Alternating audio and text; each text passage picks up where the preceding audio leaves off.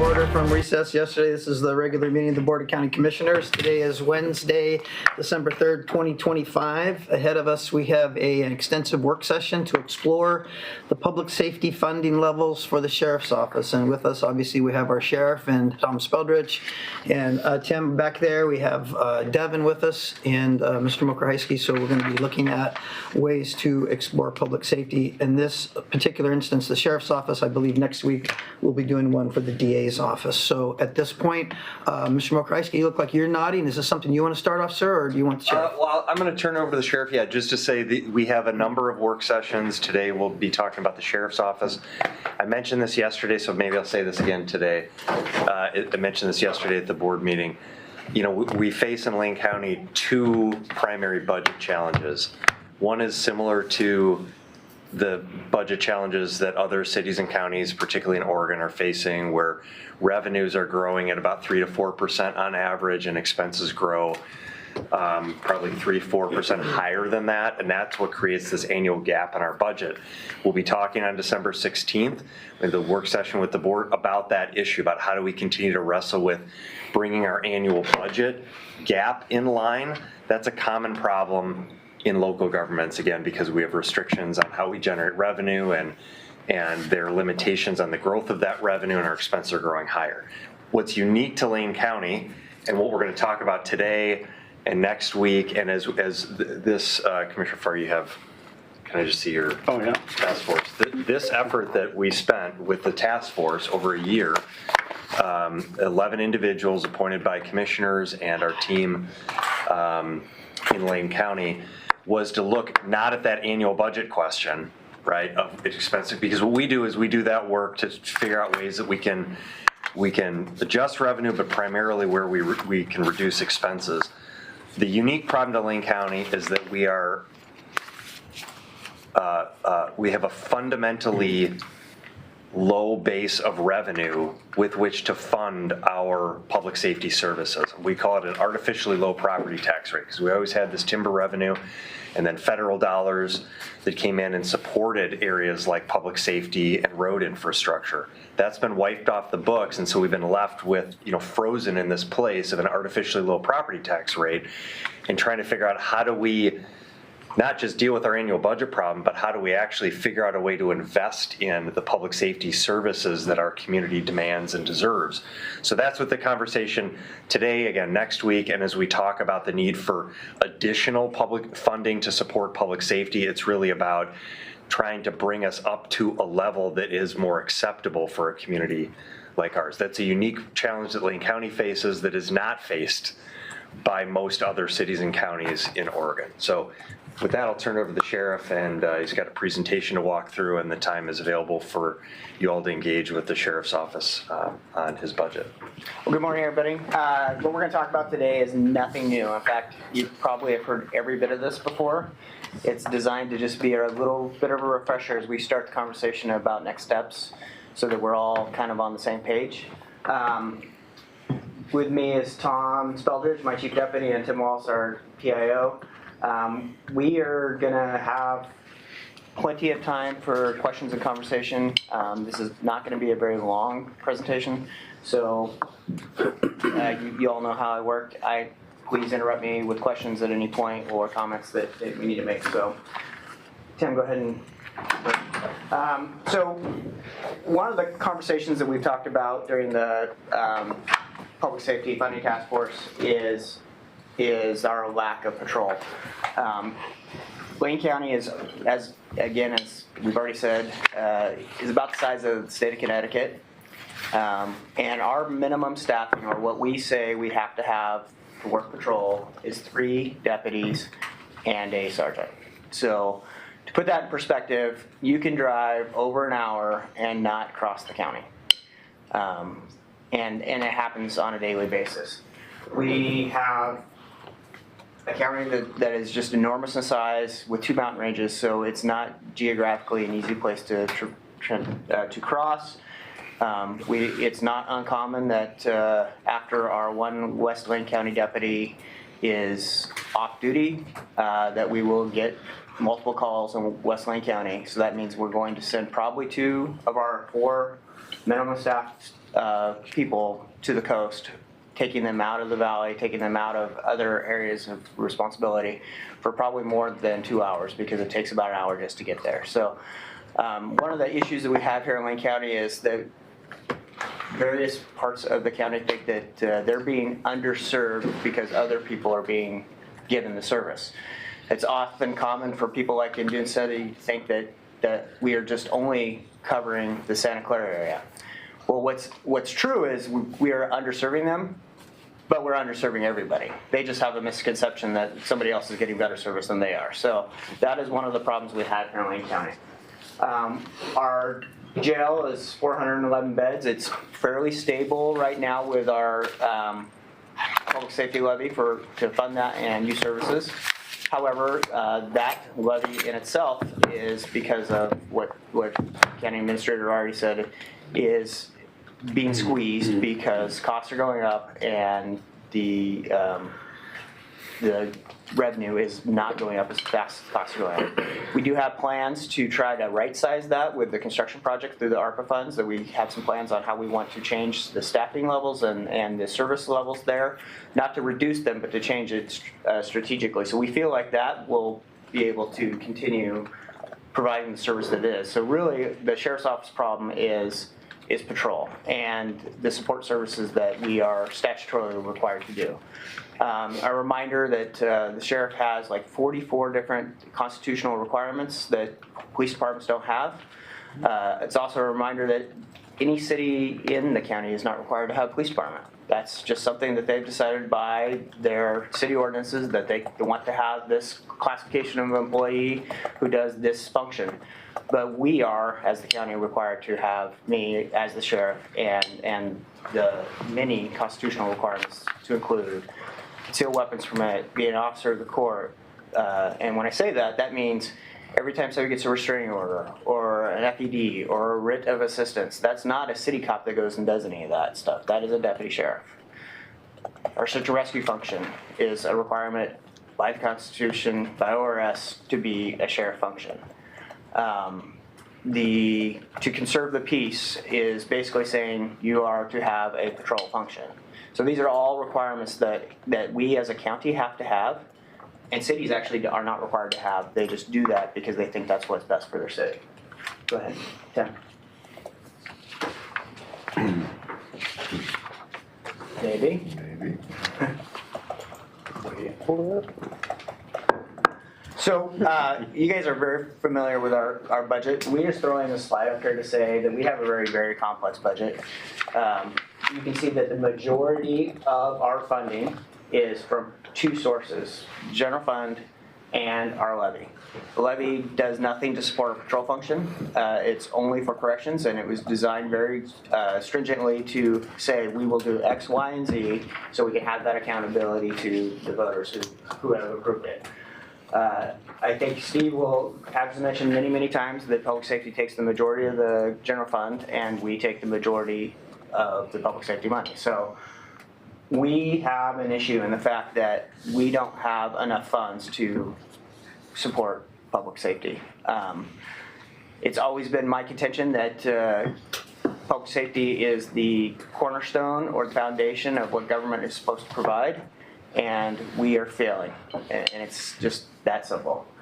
We also have a ton of other revenue sources, and we found ways to provide services for those who can pay for it. We have more than half of our police services division are contracted, and frankly, I am happy that we are able to do that for those people that can afford it, but that is a horrible way to do business for a government. It's basically saying, hey, if you have enough money, you get to have police. If you don't, sorry. And that we need to find a solution to that. That is not the way that we should be operating. What that does do for us, though, is in times of emergency, we can draw from our partners who pay for deputies and use those resources to deal with an emergency. But that does not help when the emergency is resolved and the work really starts. Every call that a deputy goes to requires many hours of investigation and report writing. It's not just the response, and it's all the stuff that goes beyond that really is what makes a difference in holding people accountable and trying to help our community when an emergency happens. I'm going to turn it over to Tom to kind of go over the specifics of why Lane County is so much different than everybody else when it comes to our patrol response. Yeah, so this should be a familiar looking slide here, but I think it really illustrates kind of where we're at comparatively speaking. So we're able, with our current staffing, our current funding, we're able to staff 0.2 deputies per 1,000 population. It should be noted that this is less than half of our comparator county average of 0.43. So we're less than half of what our comparators are as far as average of how many deputies we have out on patrol. With that being said, again, that 79 number of Lane County law enforcement deputies, over half of those are contracted deputies. So that's not even, our patrol division is just 30. So I think that comparatively speaking, that number could even be less. I don't know exactly that's how the other counties are counting that. But with that being said, so we've got less than half of the average. We've got the lowest staffing per 1,000 out of all of our comparators, but also we've got the largest geography by a lot, by over 1,500 square miles. And we've got the third largest population that we're serving. So we're not really well positioned to have the lowest average. We're serving the largest area, one of the largest populations, yet we're the least staffed.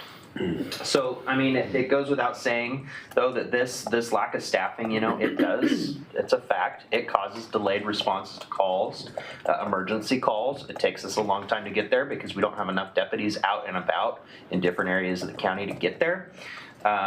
It does diminish our capacity for good investigations, specifically property investigations.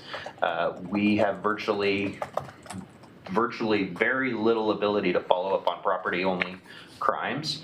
And also, it's a huge officer safety concern. When you do have a call out there, or say just, a routine traffic stop that one of our deputies stops somebody that turns out to be somebody very dangerous, chances are there's not going to be another deputy that's very close by. So it's unsafe for our staff, which translates directly to unsafe for our community as well. Next slide. So we talked about our minimum staffing, 3 deputies and 1 sergeant per shift. That's 3 shifts. 93,000 calls and counting on average per a year is what we're looking at. I mean, we're talking a couple thousand disputes, drunk driving, death investigation. Death investigations are long investigations that usually take the better part of half of a shift before the report's done. So unfortunately, our county is large enough that it is very common that we have more than 1 death investigation occur during a 24-hour period. So you're knocking out half of your patrol staff right there for half of their shift because we only have 3 plus a sergeant that's on. Something that we have done kind of, I guess, as a crutch or a Band-Aid to try to get through this problem is we have a community member self-reporting form for low-level crimes. Where somebody will call in, say a property crime or say a trespassing issue that is not like a high-level crime. We don't even have the resources to send deputies to that. So unfortunately, we assign them an incident number and we send them a form or have them go to the website and fill out a form, and they basically complete their own police report. We comb through those reports to try to see if there is some follow-up that we have the resources to do, but unfortunately, that's not a best practice by any means. And I'm not proud that that's how we have to handle some of the investigations that are routed our way. With it being said, our staffing numbers, our staff are really great, but it's the same staff over and over and over again that are being called to critical incidents. And we had a week just last year, I think I talked about it earlier this year, where we had 2 homicides, an officer-involved shooting, one of the investigations was like a gunfight type of situation. The same detectives and deputies that were called in to handle the first were getting called in to handle the others. Each one of those incidents by itself would be something that would normally take a couple of weeks of dedicated staff time to be able to properly conduct the investigation, and now we've just piled 4 incidents on these same deputies that not only the workload is just piled over the tops of their heads because there's not enough people to distribute, but those are critical incidents. Like the emotional trauma of investigating these types of cases is enough. So that leads to burnout, and that leads to folks having problems at home, and it can be difficult to cope when you're working that hard. And that's evidenced by the fact that last year, I don't think you guys probably forgot, we lost 8 of our certified patrol deputies in a very short window of time to other agencies. These are not folks that want to get out of the career. These are folks that are citing reasons of, we can get paid the same amount or more and go do a lot less work and manage our own lives a lot better than what we're able to do right now because we're being overworked. So, and it's hard. It's not an efficient use of our resources either. These, the deputies that we're leaving, these are not like fresh right out of the academy deputies. We're losing canine handlers. We're losing field training officers, SWAT operators. I mean, folks that we have invested the money that we do have to be able to have them run at the pace we need them to run at. It's not a good use of the little resources we have if we are going to just keep losing people. It's a problem that compounds itself. Next slide. So what my goal today is to talk about, to refresh basically your packet from the Public Safety Funding Task Force of what they said. We have 3 considerations or 3 options maybe to look at. So if we went with what the Public Safety Funding Task Force said and said, hey, you need to fund patrol at the average of what our comparables are at, we would need to add about 64 cops, 10 supervisors, 2 managers, and support staff to go with that. I want to add just a second to talk about the support staff just for a second. I have, out of necessity, in my hopes to continue to make sure that the other police departments survive, pushed my dispatchers to their limit. We are now dispatching for Coburg, Junction City, MCS, LCC, parole and probation, the sheriff's office, and I'm probably forgetting some other things. We cannot put any more workload on them. As you can see, when Tom said we take in 93,000 phone calls or calls of service, that's them. That's them answering that phone and trying to do the resource management.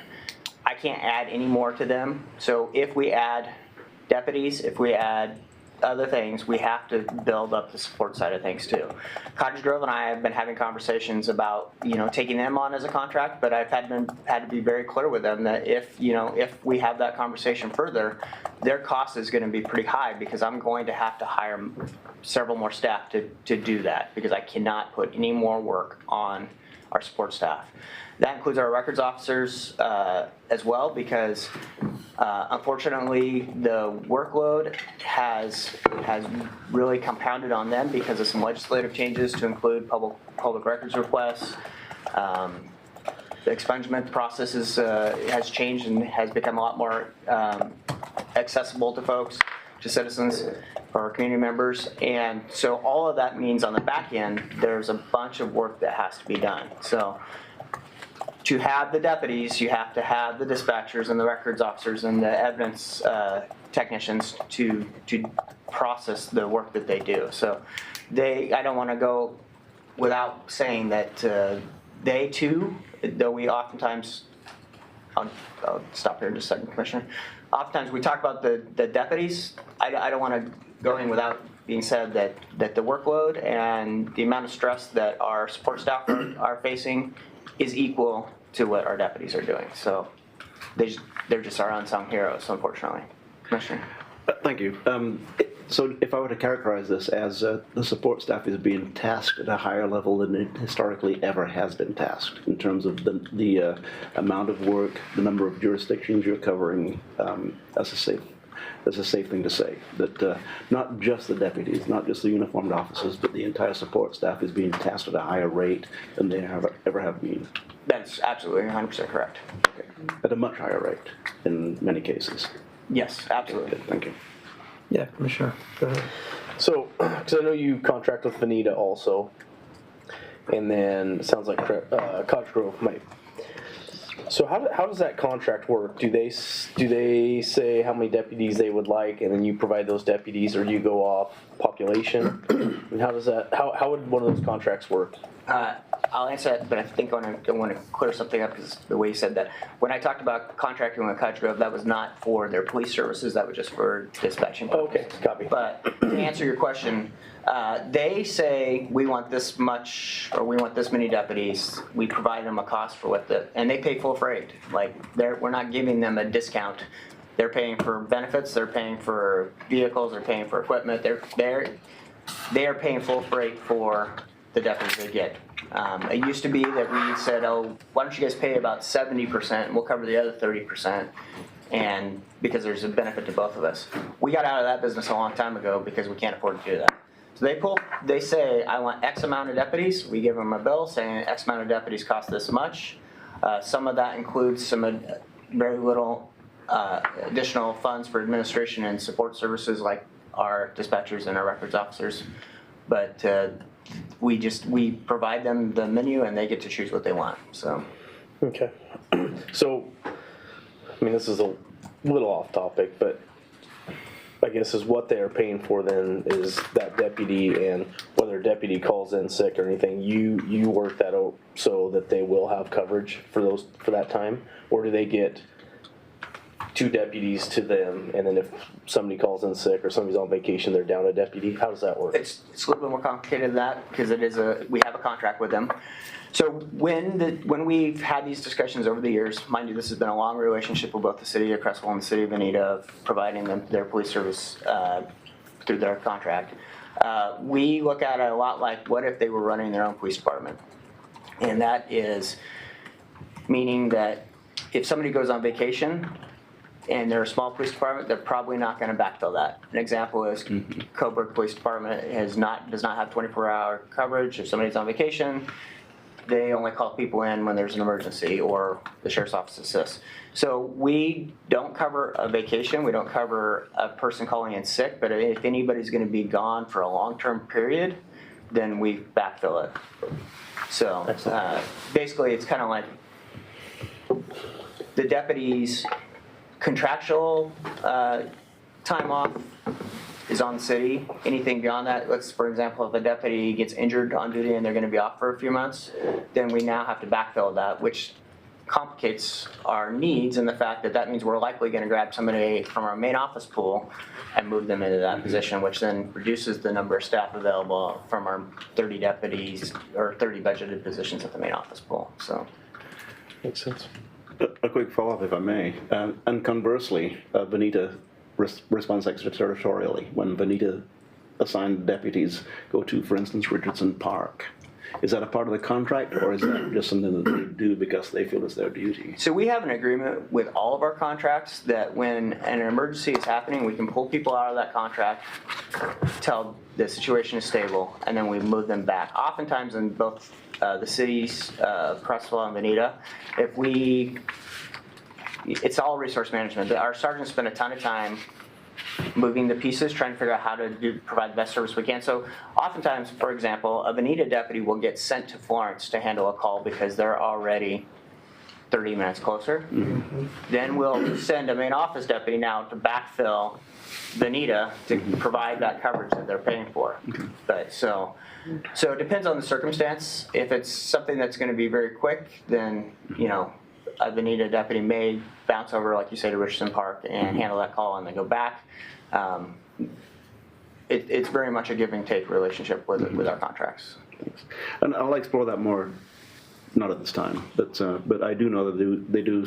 If there's an emergency happening across the street and the city limits right here, they don't not go. I mean, they respond. I would like to say that that's not uncommon in the police world. For example. Oak Ridge, Cottage Grove, Coburg, Junction City, all the small municipal agencies oftentimes will send somebody a little bit out of their actual jurisdictional responsibilities to cover us or to help us stabilize the situation, and then they will send so it's not uncommon for that to occur. So even if cities of Creswell and Veneta had their own police departments, that would likely still occur. So as it does with EPD in the urban transition, for instance. Yeah, I mean, well, most of that has to do with the fact that we can't tell which is which because it's such a patchwork in that area of what city and county. But I often tell people, do you have a sidewalk? That probably means you're in the city. So. That's pretty close. Thank you. Thanks, Chair. Yeah. I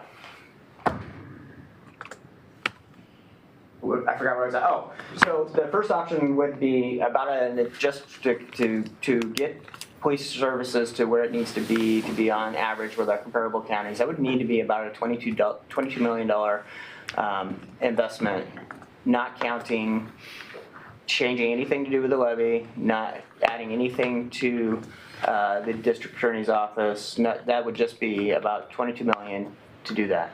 Some of the options that we could do, which is frankly services we don't provide at all or very minimally, is we would have the ability to have a quicker response call or time to most calls. We'd be able to probably start responding to property crimes and have actual follow-up with property crimes, follow-up with person crimes. Unfortunately, in the state we're in right now, even though we respond to most person crimes, the reality is you have to triage every day. And so if you have 4 disputes come in, you go to the first dispute and a crime hasn't occurred, assault hasn't occurred, and we had developed probable cause that somebody assaulted somebody else. But before you can go find that person, the next dispute is happening, and you're having to send staff to that, leaving this first call unfinished. Basically, we haven't made the contact with the suspect. We haven't closed that loop. Add a third, add a fourth, and sometimes it could be that what we're doing is saying, we don't have the time to find that person today. We're going to put what we call an attempt to locate out for that person, and hopefully we'll have time later to go back and try to find that assault suspect, or maybe somebody else will contact them and they see that we are looking for that person and to close that loop. So that, like the likelihood of that kind of investigation and response would slow down. Some of the more important things I think too is you've all heard a lot about traffic safety in Lane County and the abysmal amount of enforcement we have there. Frankly, I worked on Thanksgiving and I had the opportunity to stop somebody, and they were completely surprised that they got stopped going 86 miles an hour on River Road.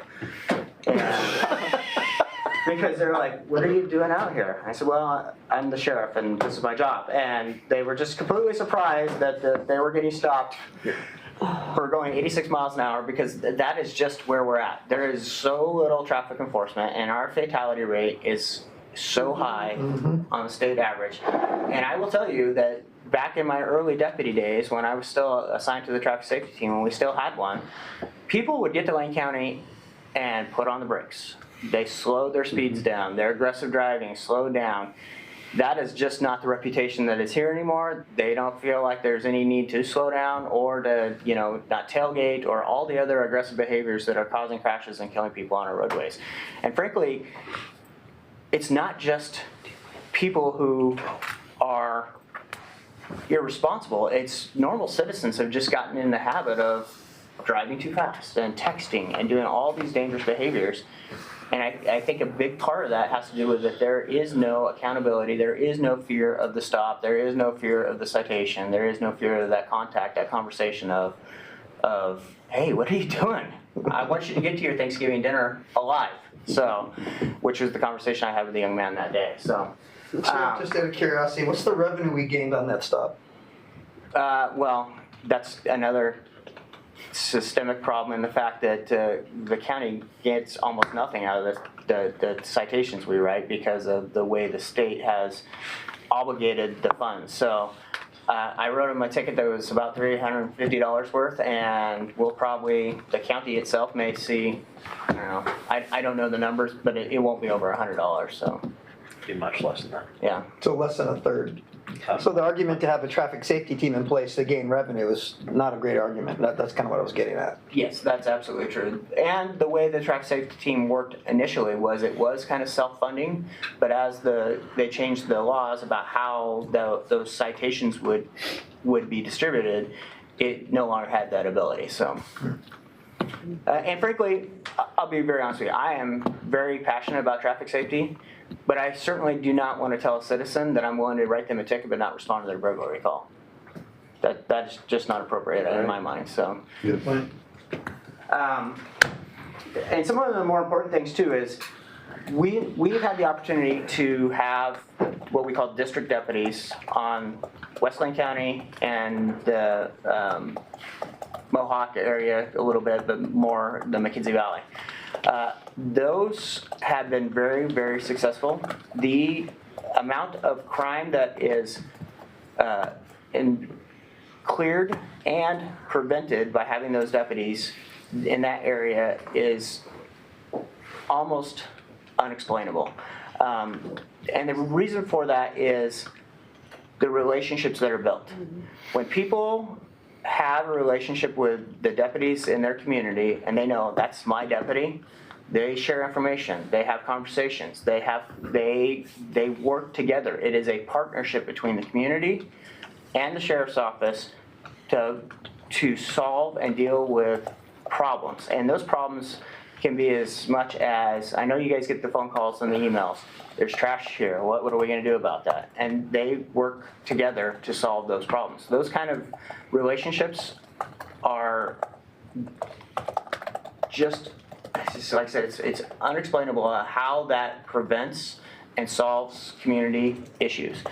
Unfortunately, we have the funding through the rest of the year for our West Lane and McKenzie positions, but that's going to go away. But I can tell you that when the McKenzie position first went on, because of the fires, the property crime rate exploded, and it all but has disappeared since we've had our deputies up to McKenzie.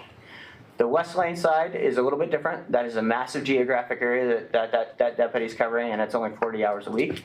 But still, he has developed relationships with a lot of community members and has been able to do something that no main office patrol deputy would be able to do, because the main office patrol deputy responds to an area, deals with the problem, and leaves. They don't stay and have the conversations with the neighbors or the business owners or all those people that work together to solve those problems. So the community engagement part of what would happen if we were able to have sufficient coverage would be just I can't even explain how much that would improve the service level provided. Because what we would likely do is have not just an East and West Lane deputy, we would have the county broken up into districts and reduce this central dispatch model to having deputies. We will always have to have the central dispatch model. There will always be times where somebody's not on duty and we have to have a response, but we'll have these folks out in their communities, serving the folks, building the relationships, having the school contacts, and doing what people actually expect law enforcement to do, so. Vice Chair's got a question. Well, so I know when we lost, so now it's just Alexander, right? We lost Gilbride in West Lane. So it's just Deputy Alexander. And it feels like that losing one deputy more than doubled the calls or complaints I get. And I don't know what this ratio would be, but I think the presence of two deputies and maybe even seeing two deputies at once gives people the sense that, wow, we're here and we are patrolling. When there's one person over there, and don't get me wrong, Deputy Alexander is doing a great job. He's very responsive, and I get nothing but compliments. But he's one person in a huge area. So is there any math to what my emails and phone calls say about two deputies versus one? Well, I can't imagine what 4 would do. I know that you and I have had this conversation before, and frankly, I don't have crime analysts. I don't have staff to do the math. So I can't tell you that I've researched that and this is what that equates to. But I can tell you anecdotally that, like, just when we had two deputies over there, when that initially happened, I would get the phone calls. They're like, "What's going on? There's two deputies in Florence." Well, because they've never seen that before, right? If it's not Rotary days, they're like, why are there two deputies? So yes, I think anecdotally there is something to be said for just the presence and is a deterrent to activities. And frankly, some of our property crime offenders know what our resources are, and they are undeterred by the fact that maybe they will get eventually caught, knowing that our resource level is just so low. An example I can tell you, this is from many, many years ago, but I was out in the Diston area and I stopped a car and began to do the investigation. And somebody stopped and I thought, oh no, here we go, I'm gonna get in a fight with this guy. And he asked me, what are you doing out here? You're not supposed to be out here.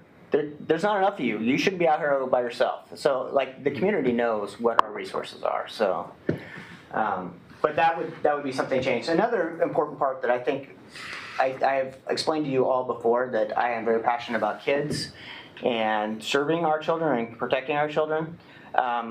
We do not do enough of community engagement, specifically when it comes to our schools, outside of Crestwell and Veneta, where we do a very good job because we have contracts there.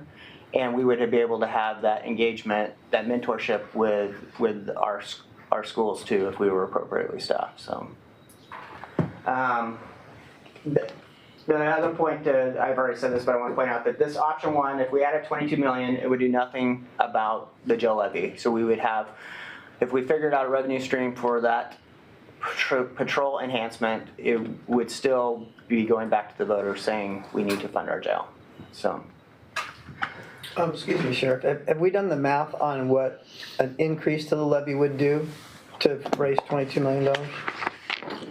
I don't know if I understand your question, Commissioner. Well, the levy is set at, I forget, was it 50 cents a thousand? 55 cents, right? And so the question I had when we first initially raised the levy question 2 years ago when it passed was, how much more do you think the voters would bear to improve our patrol services? And so I guess the question now is, if we're saying $22 million is what we need to improve patrol services, what would be the percentage of the levy that would be required to make that up if the voters, based on the levy approval rating, 78%, approved public safety was their highest priority? So I'm wondering if where the nexus is of, do we do a taxing district, payroll tax, what the appetite is for approval, in the levy system versus any other type? Well, I think that question is a question that we are all asking ourselves right now.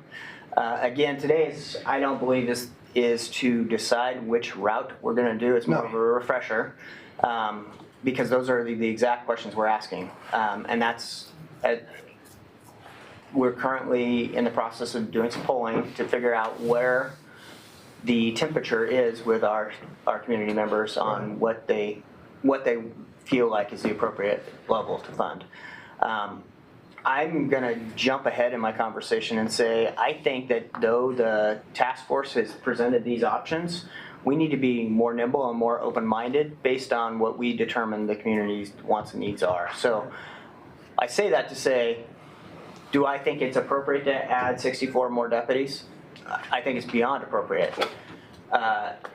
If the community comes back and tells me our appetite is 30 more deputies, that is still doubling what we have, and it will not get us to the comparable average, but I think that we need to have that conversation with our community to find out what it is that they're willing to bite off on. So, and frankly, I've said this a few years ago in a budget presentation, but every deputy is an improvement. You know, with 30 deputies, just put that in perspective. The city of Springfield is what, like 20 square miles? They have 60 officers. Their minimum staffing, Tom, is what? It was 6 when I was working there, So 20 square miles, plus a sergeant. 70,000 people. They have more than double the amount of resources that we have.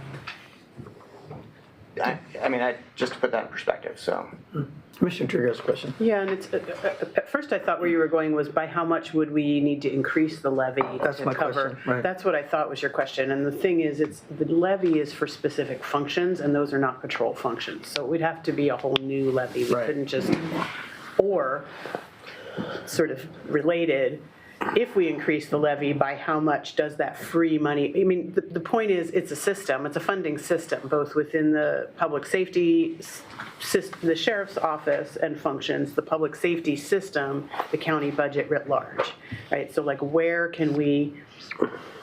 the best opportunity to increase resources to help provide some relief and additional services?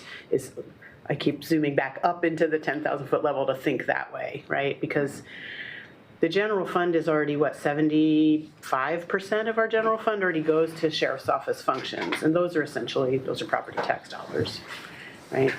And other services that we provide are also hurting and at lower levels than we would like or than the community deserves.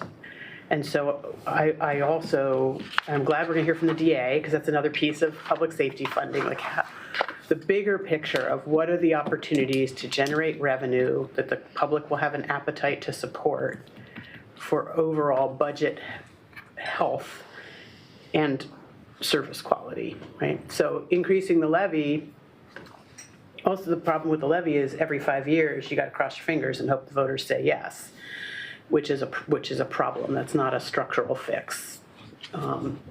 So it would be an interesting exercise to think, could we increase the levy because it has been successful? What would that do? Are there other parts of your budget that would be provided some assistance if more came in specifically for the jail levy?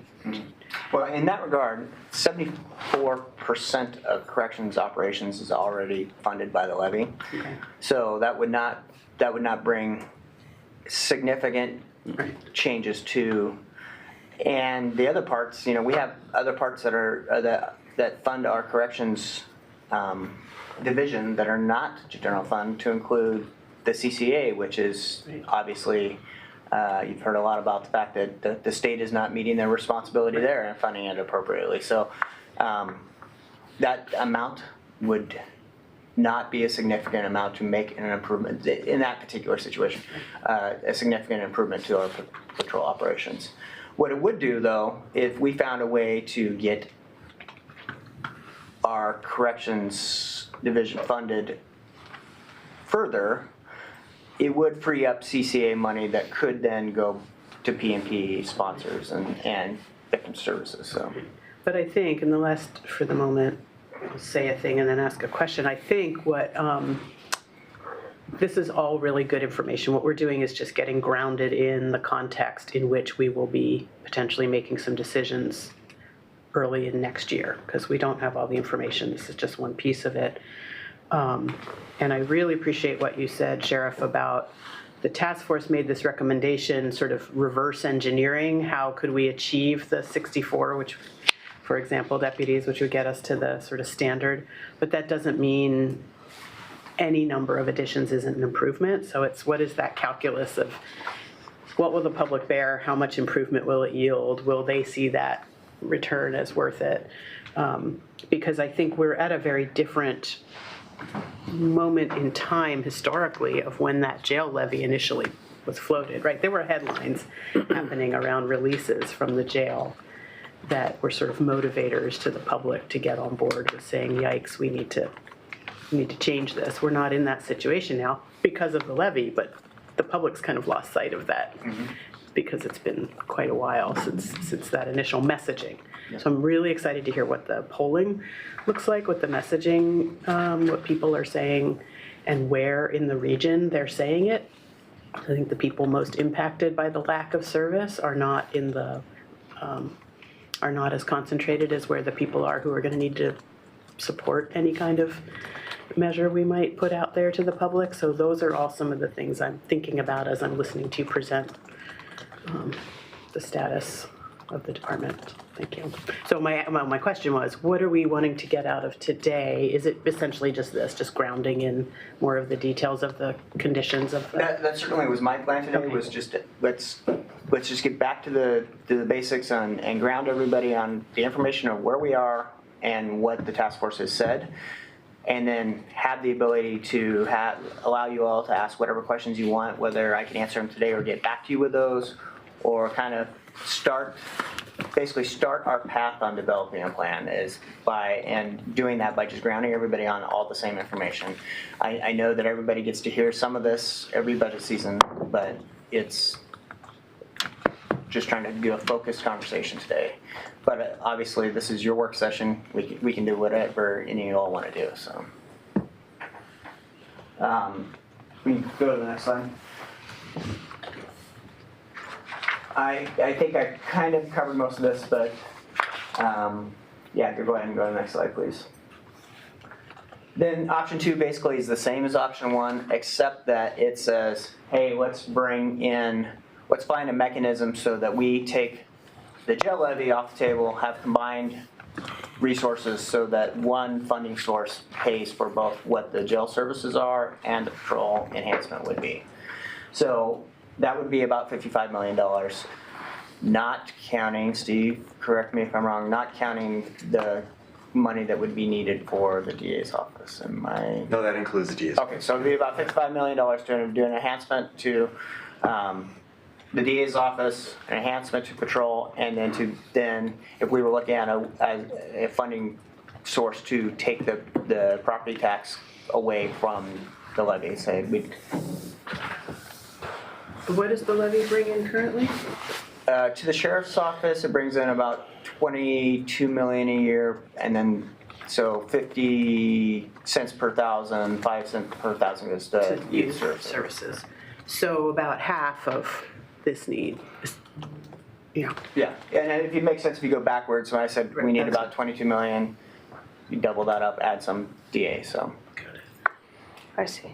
That kind of summed up my question, although in this possible scenario in option 2, what I envision it to be is more of a permanent rate, which also really means we need to talk about a district to do some kind of permanent rate. Otherwise, this is basically a doubling of the levy.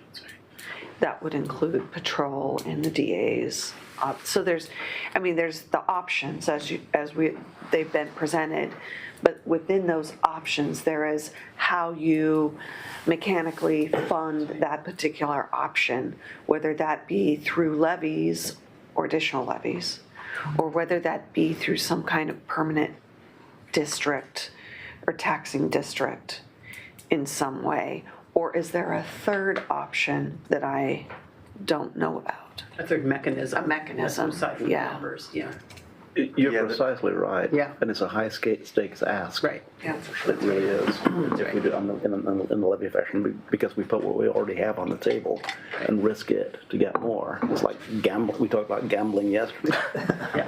Yeah, I would just say so the task force recommended 2 primary revenue sources to consider. One would be property taxes via a special district. The other would be a payroll tax. So a possible, and I mean, and you can sort of, they also recommended, multi-pronged solutions. So they were sort of clear to say, don't just lock into one thing, but consider kind of hybrid options in those. So I think there are variations of what you laid out that could be possible. I don't know that they ever considered having a district that was funded with payroll tax. So a district, typically what you do, for example, in Deschutes County, is they have 2 districts in Deschutes County. One is a countywide district that funds countywide functions, and you correct me, Sheriff and Chief Deputy, if I'm off on this. But the countywide district is the entire county, and it levies a particular rate for this public safety district for countywide functions in public safety, such as corrections. Correction, search and rescue, DA? civil, it's not. DA? Doesn't have the, but I thought it had parole and probation. Doesn't it fund some parole and probation or no? 911 services, I thought. 911 is a different. It is a different, okay. Yeah. So those, and then, so that's the countywide district. And again, the idea with the district is it's actually a taxing district. I think the Board of Commissioners in that case serves as the governing body, but it's actually a separate entity from the county, if you will, in terms of it's its own district with its own rate. So the board, the budget committee and the Board of Commissioners in Deschutes County has to set the rate each year for that. The other district, public safety district, is carved out in the unincorporated areas, and that is what funds patrol. And so that's how they have that structured there. That if you funded these enhancements with some other revenue, like a payroll tax, you don't need to form a district in that. I suppose we could explore if there are pros and cons to actually do that, or if you could do it. But because you're not seeking to levy property taxes, you don't need that structure in place.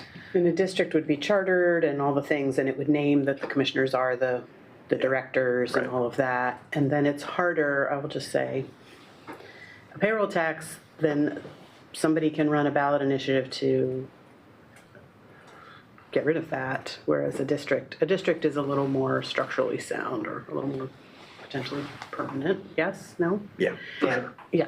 And to Commissioner Farr's point, I mean, this might be getting too far in it's the important question. You differentiate the amounts and the services from the mechanism for getting there, but it's important. It would also be a sort of order of operations and timing issue, because I don't think we would want to risk losing it all. No levy and no new revenue. So we'd have to think about the timing as it relates to the renewal, or making the case that they could cross over for a certain amount of time. Please renew the levy and do this thing so that eventually we get, that's all going to be important to consider. But I think that piece of a payroll tax versus a district, in terms of it being a more sure thing for the long haul and not subject to a well-funded interest coming in to try to undo something, which is not hard Yeah, anymore. and there It's a are risk. certainly pros and cons to each option that I think we're going to, some of this is the survey work that's happening that is sort of underway now that we want to get some initial feedback on, and then there's additional analysis and weighing that has to be done there. Just to answer kind of to your question of if you did, if you were to pursue this option, theoretically, you could do either a district, 1 or 2 districts, or you could do another revenue source like a payroll tax without the district and still fund all of that, and then eliminate the 5-year levy. And that's what the task force contemplated was there may be some benefit in having that conversation. It is risky, right? In the sense that, you know, you'd have to have a level of confidence that the voters, or maybe that's a question that gets put out to the voters prior to a renewal or something. But the idea is there's some cleanup there, and there's some some consolidation of saying we're going to fund all of this with this one thing, and then you do away with the temporary Put some nature. good messaging too. Well, and I think that's an important part of the conversation because we can't go out to the public and propose one of these without actually discussing and outlining a clear path for the different mechanical ways in which that will actually occur. Because they'll ask, okay, well, in concept, we like option 1, 2, or 3. But they're really going to hone in on how that is actually going to be funded. And the way in which we choose, or the way in which, in theory, the public chooses and tells us which one is the one that they support the most, I think is just an integral part of the conversation. So I don't know if the polling is including that kind of, those kinds of questions. If not, I think that's important because it will come up after the fact, especially when something's laid out in a ballot measure, if we choose to move something forward. A point I just want to make about the polling piece is that it is our intent to do, this isn't the only survey work that we're intending to do. This is initial. So it's probably not going to include all the questions you're going to have and that you're going to, you know, information you're going to know how voters feel about, but we're viewing it kind of as a phasing or a stepped approach where it's like we get some initial feedback, then we refine. There's probably some additional community outreach we're in terms of focus groups and, you know, and other community type meetings at some point, and then additional refinement and then additional survey work. So there's going to be an iterative process over many months. And we have to be a little careful with the Deschutes model. Did they adopt both of those at the same time, the two different They did. approaches? And I would guess, I don't know, but I would guess the median income of folks that live in the unincorporated areas of Deschutes does not necessarily look the same as in Lane County. Overall, in a county to county, their median income certainly doesn't look the same, and I would guess that's true for unincorporated as it is for the county writ large, and that's a big difference as far as what people can bear. Commissioner Farr.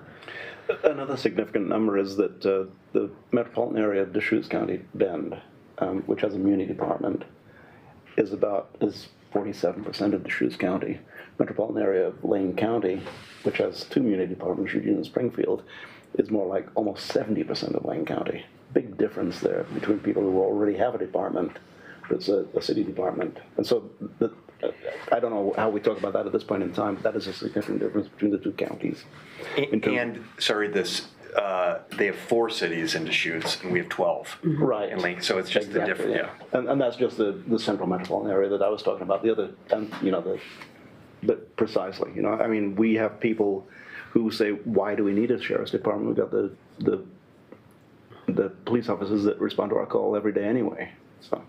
But that just becomes a topic for discussion as to why people need the sheriff's department beyond the fact that they have a municipal department. It really is an important issue. And when we passed that first levy, there was as you stated, Commissioner Krieger, there's a big issue. Everybody felt attuned to the fact that people were being let out of the back door. And when we first started talking about that levy, I stood at the back door right at the time that the people were let out, and all the TV cameras were there, and they watched people filing out of the jail. It's a very imposing image that people had. So what is the imposing image that we can present, that people, a true image that people need to be able to see and taste the way they could see and taste that particular image? Well, I think that's why it's good that the DA is coming next week and we talk about a public safety system, because that is what we need folks to fund and also keep our foot on the gas with the state to do their part. One thing about that, Commissioner, too, is we've had a lot of conversations, DA and I have had a lot of conversations, and that I want to throw out that we appreciate the hydraulics of this system, and the reason why the task force focused on district attorney and rural patrol, as that is where the weakest part of the system is right now. That's where the hydraulics are not appropriately greased. And the conversation that we had is, honestly, I don't think that we need to change the hydraulics of like the corrections division within a change to our patrol. The DA's office would be able, with their enhancement, be able to handle the hydraulics change of additional deputies as well. So to further explain that, what did Chris say yesterday? About 70% of their cases were from the city of Eugene? Exactly. Or was that, no, 70 was Eugene Springfield. Eugene and Springfield. Yeah. And that's what I'm saying, the Most of the voters, 70% is Eugene. You're right. the voters that need to pass a countywide measure need to understand how they benefit, and it's not rural patrol that's gonna compel them. Exactly. Yeah. And to add the hydraulics, the sheriff's office has about 15% of their cases. So that wouldn't offset, that adding our patrol wouldn't screw up the rest of the system. It's a very complex conversation, but I know that you all understand that part of it, so, and that would be a question that you would have, so. The next phase, or the next option that the task force talked about, maybe, would be 95 million. And what this basically is everything I've discussed, but taking all of the public safety system as is and eliminating general fund, that would be kind of the all-in bill. And then obviously the appealing part of that is that 70% of the general fund that goes to public safety right now is now open for the rest of the county services. And that would also, so it'd be option 2 plus is what it is basically. Obviously that is an astronomical number that is probably off the table in conversation, but want to be open and transparent with what the task force talked about with you all, so. That's about $2.30 is what that is. What is that? 95 million is $2.30. Which honestly, our tax base is not conditioned to that kind of increase, but it's not, the reason why we're in this situation, it's not unnormal in our comparable counties. I mean, they pay a significant amount more in the property taxes than we do. So. We are in Norwood. We're accustomed to that. And then here we are about, again, this is the baseline. This is just to start the conversation. We have a lot of things we have to consider, as you all have pointed out, the mechanics, the temperature of our community, the education of our community. I like to remind people on a regular basis that, you know, every time we're out in the woods looking for somebody who's lost, it's generally somebody from in the city. So, and I think that people really forget about how much, the reason why the Deschutes County model works really well is because they forget about how much the sheriff's office actually does in the city. When I say be an officer of the court, that means that everything that the court needs to have done is done by a deputy. All restraining orders, all writs, all evictions, all of that stuff, the subpoena services, all of that stuff is done by a deputy because it's constitutionally required, and the city says, well, that's not our responsibility and we're not going to do it. So that is and to add to that, we're still in limbo on ballot measure 114 on, it's still in the court system, but the governor indicated that she thought that we could enact portions of that in March, which is it's gonna cripple my already overworked folks when it comes to having to do firearm purchase permits. So these are all services, again, that are sheriff's office services that the city has to use. So, Commissioner, go ahead. Can you explain how much work that you do in the River Road Santa Clara area? I mean, that it's within the city, but it's also, many of those properties are county-owned properties. versus like the work you do in the rural areas. We don't necessarily consider Santa Clara rural, but we all know that there's a large amount of property out there that you get calls for because they're technically county-owned. The urban transition. Yeah, well, I can say that's just a matter of numbers in reality. There's about 40,000 people there who are in unincorporated Wayne County in the Santa Clara area. That's a city amongst itself, right? That has to share its police department with the rest of the county. So if you just put that in perspective, that we don't have a population density of 40,000 anywhere in the county outside of city of Springfield and Eugene. So there is a high call volume, and a lot of people think, oh, well, you're just serving Santa Clara, River Road area, and they have the Eugene Police Department. No, they don't have the Eugene Police Department because they're not in the city.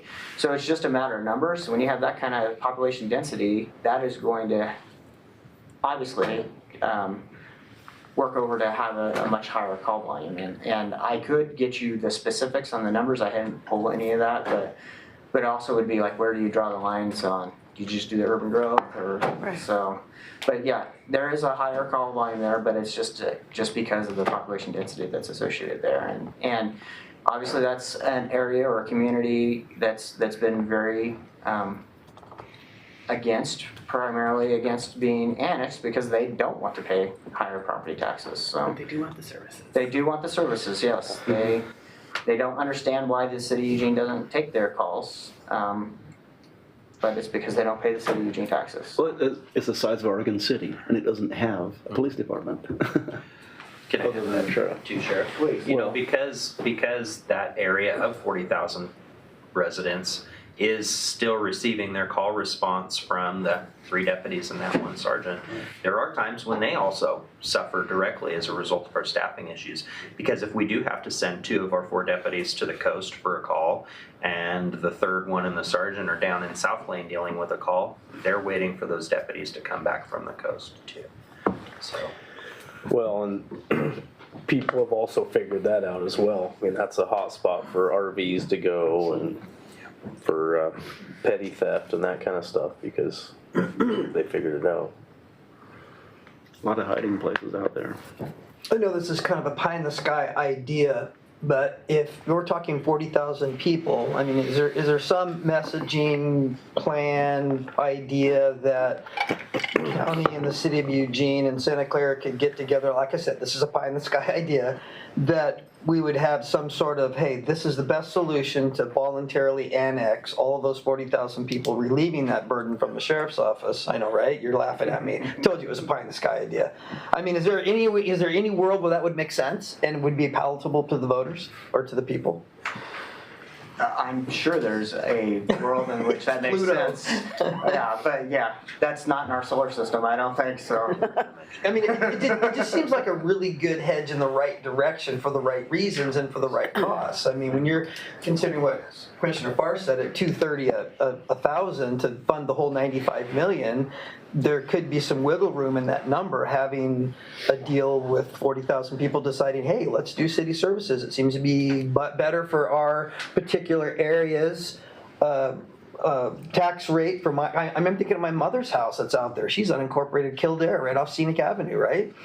I mean, her taxes are probably not going to increase that much versus $2.50 a thousand to fund the rural system that we're trying to put forward here. There could be somewhere a deal in the middle where that would make sense. Well, there's already a district sort of out there, the Yeah. River Road Parks District. It's roughly Yeah, right. footprint. Yeah, I will say when I was still just a reserve deputy, we received a COPS grant to basically patrol that district, the Parks District. And it had 2 deputies assigned to River Road, and they were busy all the time. Mind you, that was 30 years ago, and the population has exploded since that time. So just 30 years ago, 2 deputies were able to stay busy all the time just working that area. So. I got a ticket from a deputy for not having my seatbelt on River Road about 30 years ago. Was it me? Was it like number 12? It was. No, you were over on Fern Ridge, actually, so. Well, and I think, stop me if I'm out of line here, Sheriff, but I think it's safe to say, you know, we kind of talked about districting up the county if we were able to get an average staffing level. You know, it wouldn't be inconceivable that we would have the ability to have deputies be able to take ownership of areas Yeah. like that. Right. And that could be their, you know, Santa Clara River Road area, it could be their district that they work in. Then regardless of what's going on in the rest of the county, that community, along with other communities similarly, South Lane, West Lane, would have ownership of their own deputies that would be able to, that know the community. I think that would be a very appealing discussion with folks if part of these options could include what would it mean if we were able to do option 1 or option 2, we would also be able to do these regional districts for deputies in your area. I think that would just be able to give those communities ownership over the potential, because if you just say, okay, we're going to add X amount of deputies, but we don't say that they're going to patrol your area, then it just may not be enough for folks to really say, I'm willing to pay a little bit more. But if you're able to add into the conversation, we'll be able to assign deputies to your area, then they'll go, okay, maybe that's worth it. So I'm hoping that we can have that kind of conversation when we do go out to the public. Because I know you're doing the polling now. I think that leads to my ultimate question is about the timeline of when we're then going to go out to the public, which I think is going to be after the end of this fiscal year because we're in the holiday season. Of course, that's challenging. But going into the new year, we were hopefully going to onboard maybe a consultant or some other agency entity that can help us go out to the public and have the conversations. And I'm hoping that it could be part of those conversations. You know, we already have data to support the added value of a district. We already have that data to demonstrate it. Right, and to your point, I keep telling these stories about when I used to be a real cop, but when I You was are a real cop. when I was the Crestwell deputy, people took ownership in their deputies, and they would wait to report, even though they could have called and made a report about, you know, a theft or something. They would wait until they knew their deputy was on because they wanted to have their contact with their deputy. Because they took ownership, and that is a very real thing. Russ Olson up the McKinsey or Alexander on the Wet. I know for a fact that there are people who direct dial those deputies instead of like going through the proper channels of calling dispatch and getting dispatch, and like, hey, when are you going to be on next? Because I need you to report this crime. That happens, but it's also a good thing. It's not necessarily a bad thing, because when people have that kind of ownership and that kind of partnership, that's trust. Yeah, that's Is added value. It's absolutely They added get value. more than their dollar's worth.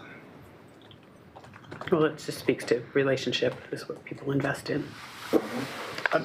I think that's a great hook. I mean, Mr. Buck, and you bring out a great point that, you know, that whole relationship angle, and if we're not actually having a relationship of a deputy in my neighborhood helping me directly, why would I vote for more increased patrol if I'm not going to get anything from it?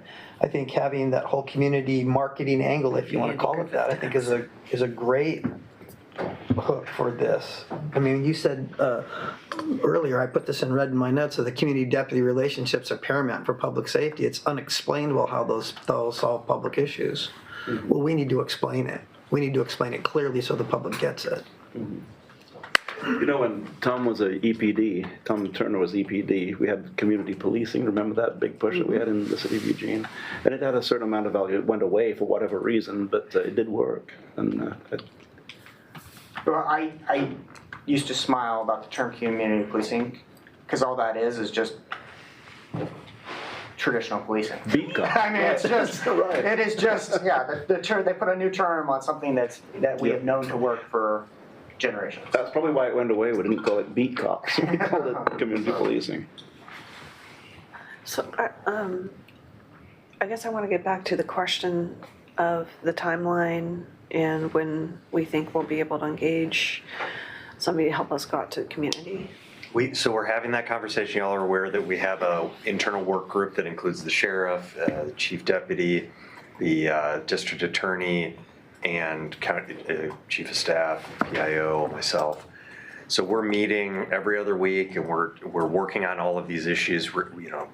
This is the group that's reviewed the questions that are with the polling company, the group that helped to select the polling company, and then review those questions, and that's going out. We have just started having conversations about what public engagement could potentially look like into next year. We do have some recent examples of engagement. I think, Devin, you mentioned, was it with Lane Event Center?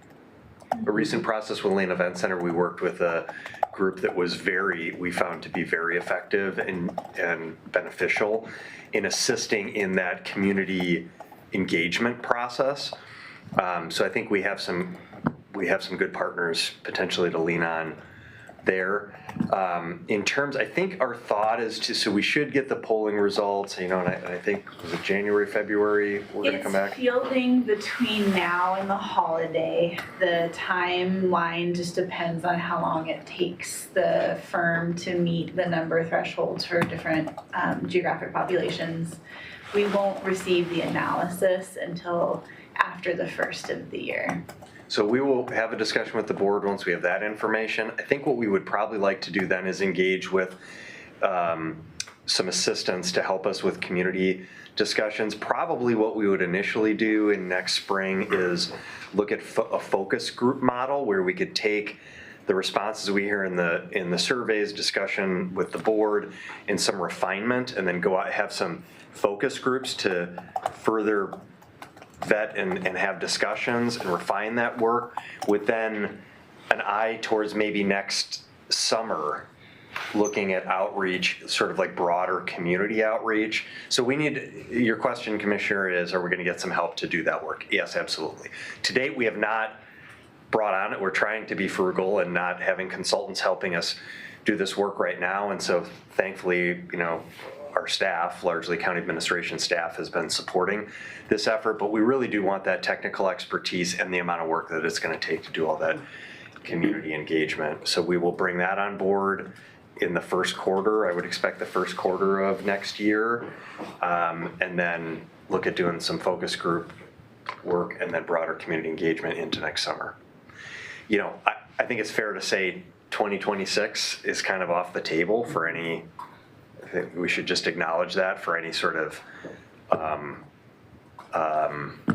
if there was something that the board desired to refer to the voters, I think we all agree we want to do the work and be really thoughtful in how we go about that. So we're going to need the better part of 2026 to do that work. And so when you look at sort of timing of a future public conversation, you should probably start eyeing 2027. I also think it's important to remember that part of the point of the polling is to determine what information we need to inform the community about and where we need to educate. So, the levy was a ton of work, obviously, but it had a very concise message, and the education piece was easy. We're still trying to determine where do we need to educate and where do we need. I think that's an important part of the levy too, is because I'm all for the community engagement part, ready to jump on that. I just want to make sure we're not giving the wrong message or mixed messages, because I agree that once we start that, we at least need to have an idea of a path that we're hoping to travel down. I think we're still very much early in which path are we traveling. So. I think that's really helpful, because if we're taking 2026 to field that and get feedback, then for us, that really eyes a May 2027 potential referral, depending on the feedback from the public. This is obviously for all of you but I think it is fair for any of you, all of you, to be having conversations with your communities about what's happened to date. This task force work is very good work, and they made recommendations. We're advancing that work by having regular conversations. You just got to report and discussion with the sheriff. You're going to have one with the DA. We're doing a lot of budget conversation. We're doing some polling. So I think talking about that process and reminding folks that we want to hear from the community, and we're trying to design a solution that is responsive to what the community tells us they want to see in terms of service and they might be willing to pay for in terms of funding. Knowing that they may not know exactly what they want to see because they've not really envisioned it yet. Carl, were you around for Tom and Kerry's road shows back in 2012? I was. I had a very different role back then, but yes, I was around. Yeah, and I sat in on those roads. They were well attended. The questions were great. They did a great job of responding to the needs. They didn't solve any problems, but the people there were identifying the issues that were the issues to them. That roadshow was really valuable. Different to yours and Cliff's roadshow regarding Mohawk Valley. You know, that was a different. Well, even different from the roadshow when we did the levy renewal, because at that point, everybody was basically bought in and they didn't have the questions. So many of our community meetings were not well attended because it was something they already bought in on. So yeah. And I don't know if we have the notes from the 2012 episode. I call it roadshow. I mean, that sounds a bit cheap for what it was. It was a big deal. But it really was instrumental, I think, in establishing the groundwork for us passing the levy 2 years later.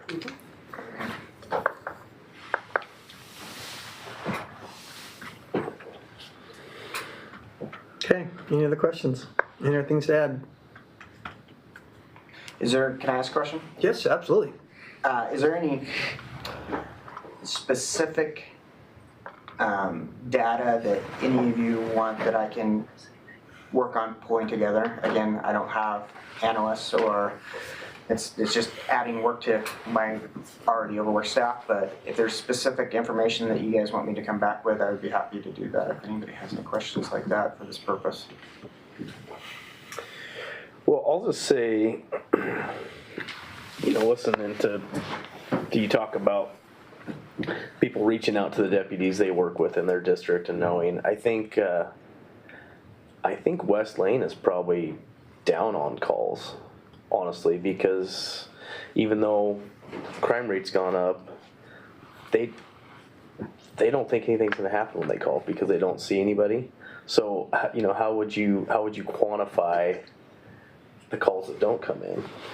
I don't think you can, because like I mentioned, I think there's a very real possibility if we were to get a appropriate level of staffing that initially we're going to have this false crime spike because people will then come and say, well, I can report these things because They're excited about it. yes. And so I think initially it's going to look like, holy cow, we added all these cops and the crime rate went way up because there's a leveling effect that happens. So I don't know that you can quantify that. I think it's very anecdotal at this point. So Yeah.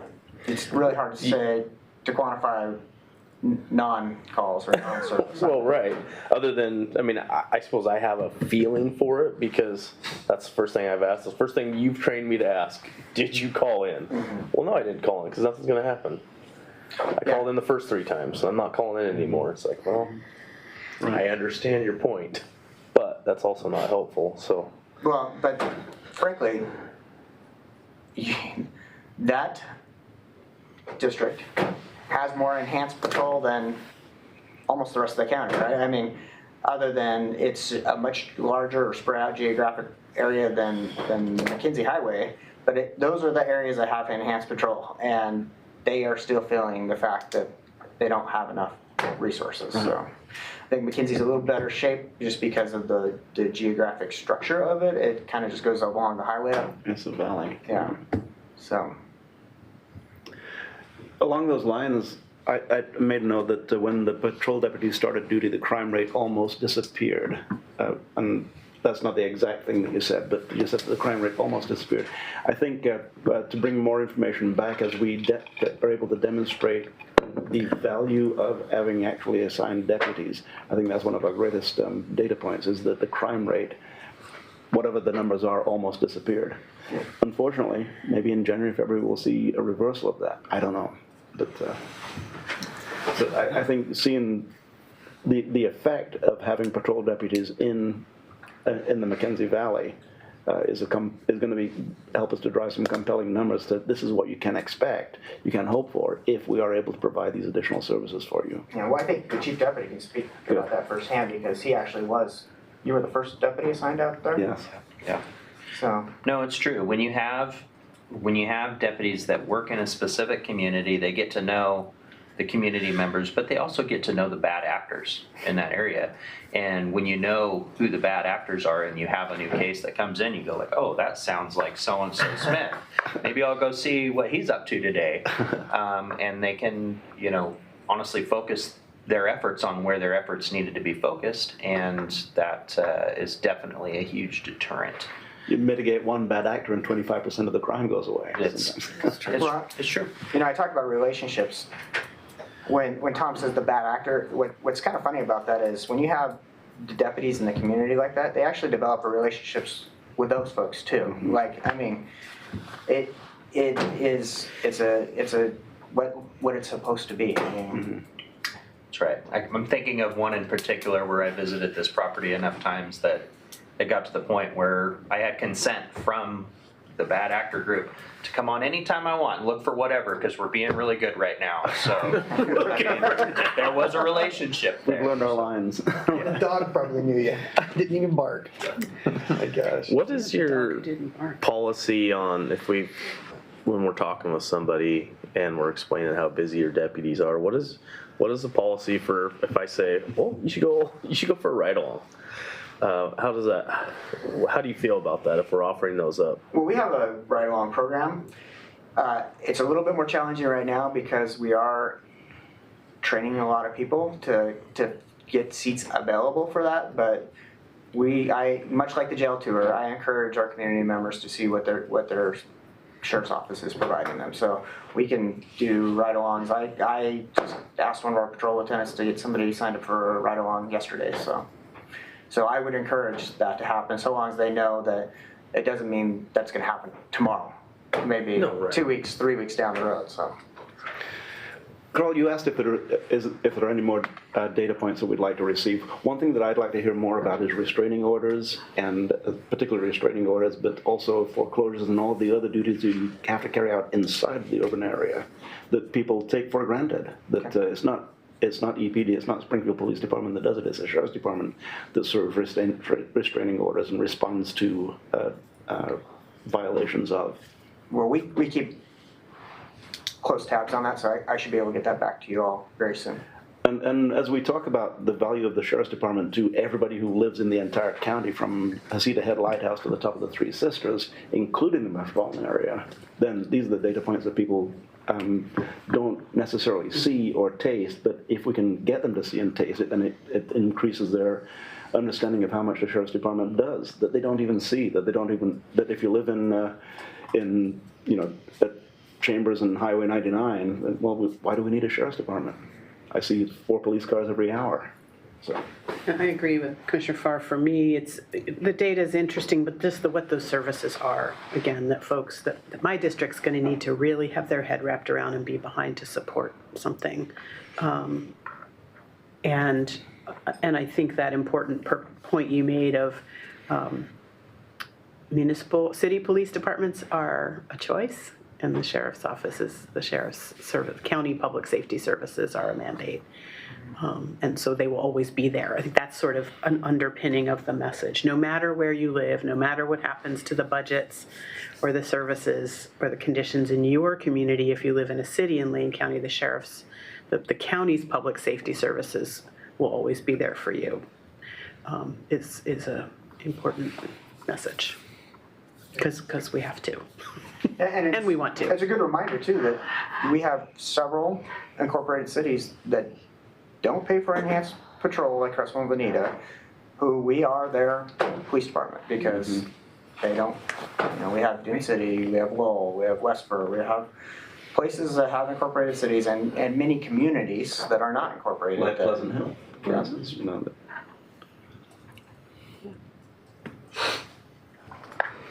All right, well, if there's no more questions or no other business, I want to tell you that all of us, I can speak for all of us, we appreciate highly what you all do, the risks you take, the resources that you make go along further, the people you care of in the jail, all the things that all your members are doing.